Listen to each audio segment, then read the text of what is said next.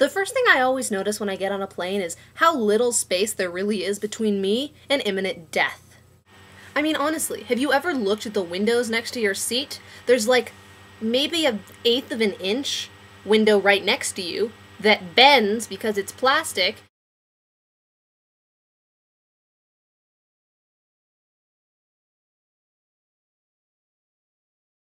And then there's another small, tiny plastic panel about 1/8 of an inch thick. There's nothing in between these two, and that means that there's about 1/4 of an inch between me and death. 'Cause just think, if the plastic were to somehow break, I would die instantly. Either all the air would be sucked out of my lungs, or all of my internal organs would freeze as we plummeted towards the earth. Second, there are only 3 kinds of flight attendants that you'll ever have. 1, angry.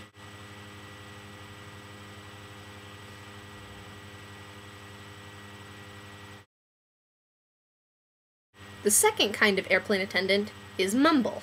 Please keep your seatbelt fastened because until the toilet says you're not sure, then you're all gonna die, and then you gotta flip it. The third type of flight attendant is the clueless. I've seen firsthand all 3 of the types of flight attendants that I just listed, but confused was the most terrifying. So I think it happened when I was flying to Virginia for a college camp. It was the first time I'd ever flown alone in my life, and the flight attendant gets up and starts demonstrating how to put on the oxygen mask. The thing is, though, she didn't know how to put the oxygen mask on. She literally sat up there for about 5 minutes doing until she finally asked the flight attendant next to her, how do you put these on again? Thanks. The third thing that scares me about airplanes are the exit rows. Before you take off, the flight attendants always have to come to the exit rows and make sure all the people there are willing to perform the duties that would occur after a plane crash. I've been seated in exit rows several times, and I have to admit, if there was a problem with the plane and we all had to escape, I would be the first one out that door. Screw helping the other people, I want to live. But even if I wasn't in the exit row, the people in these exit rows still freak me out.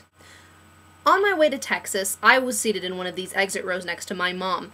Now, before the plane took off, I surveyed everyone else in the exit row, and I came to the conclusion that if the plane went down, everyone would die.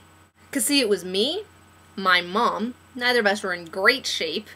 Then we had this old couple, they were probably both in their 60s. Then there was this 40-something man and a 40-something woman. Honestly, none of us were qualified to save people if the plane went down. The flight attendants are barely qualified to save people if the plane went down. The fourth thing that scares me about airplanes is that they shake. A lot. And I'm not just talking about turbulence.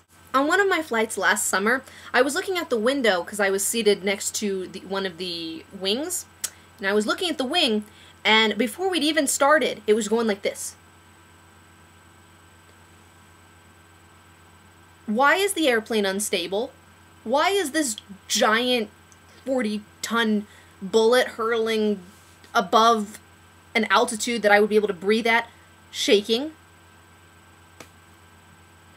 The fifth thing that scares me about airplanes is the barf bags. Now let me just say, if I'm going to throw up on an airplane, it's certainly not going to be able to fit in a 46.87 cubic inch barf bag.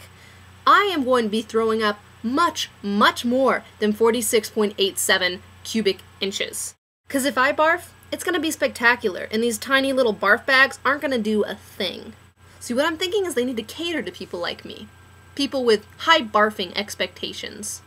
I'm so ambitious. Alright, and the sixth and final thing that really, really scares me about airplanes is this thought. Every single flight starts off exactly the same way that the 9/11 planes did.